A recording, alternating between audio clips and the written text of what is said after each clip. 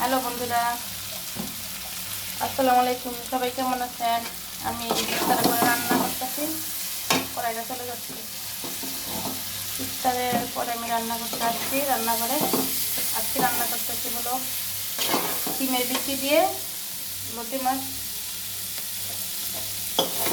মাছটা ভেজে নিয়েছি, একটুখানি আদা রসুন বাটা দিয়েছি, আর হলো সব কিছু দিয়েছি একবার নড়ে চড়ে। এখন হলো বাপ দেওয়া চিমের বিচিগুলো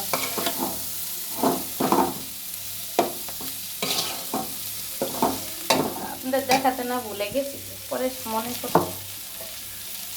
এখন আমি এটা একটু পানি দিয়ে দেবো।